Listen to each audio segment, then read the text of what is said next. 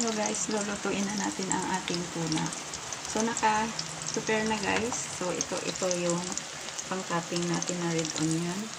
Tapos yan yung igisa natin na red onion, pampalasa. Tapos ayan ang butter. At saka ito yung tuna. Tapos yan ang marinade. Ayan. So let's get started. Malihap cook lang to siya guys. Kasi pang-topping lang naman. Para pag kinain mo manamis-namis. Namis yung red onion, lalo na yung white onion kapag half cook.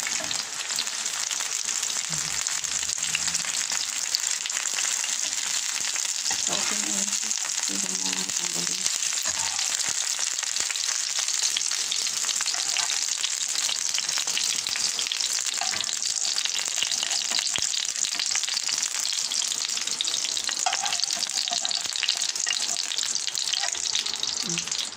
Tapos ilagay na natin ang pampalasa natin na red onion.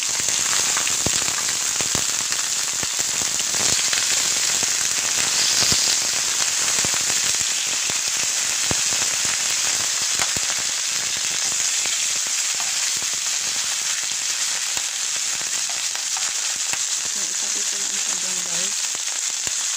Tapos ilagay na natin ang tuna.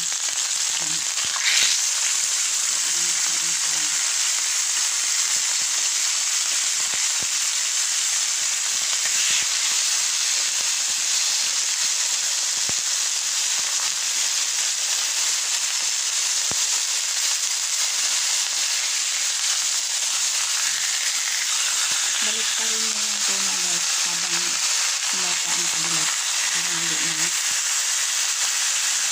magkahiwalay.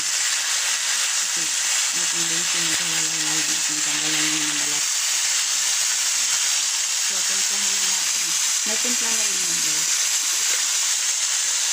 May timpla na rin. Pagnain ko lang ito kasi naliliyan. Timplahan pa natin yung nagdala. Tapos ang butter guys, lagyan na natin sa tuna.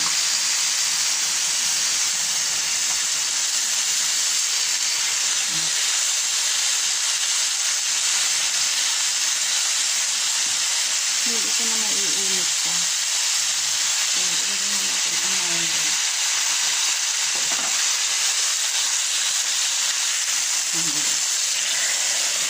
Ayan. Yung marinade lang yung kompleto na yung sakang. Meron na ako. Kasi ito nag-sarap ng 2 klaseng soy sauce.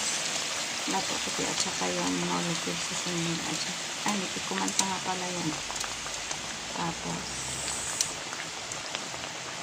kalamansi. Pag walang kalamansi guys, ang gamitin nyo ay lemon.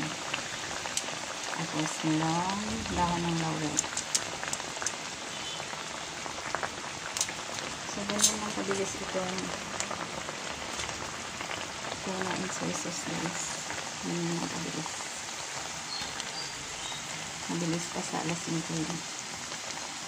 Pag na-overcook naman tayo sobrang tigas. So tama-tama lang. Ngayon, kung gusto nyo yung tuna nyo ay super lambot, lagyan nyo ng baking soda. Pero, baking soda guys, mababawasan talaga ng lasa. Konti lang. Konti lang. Mga 2 guhit siguro. So, nasa sa inyo. Pero ang baking soda, nagtatanggal din siya ng lansa. So, nasa sa inyo. So, hanggang dito na lang guys. Kasi painin ko kayong sandali. Ayaw kong sayang na oras nyo kasi ang oras natin ay gold. So that's it guys. Thank you so much for watching. Asang subscribe. I love it.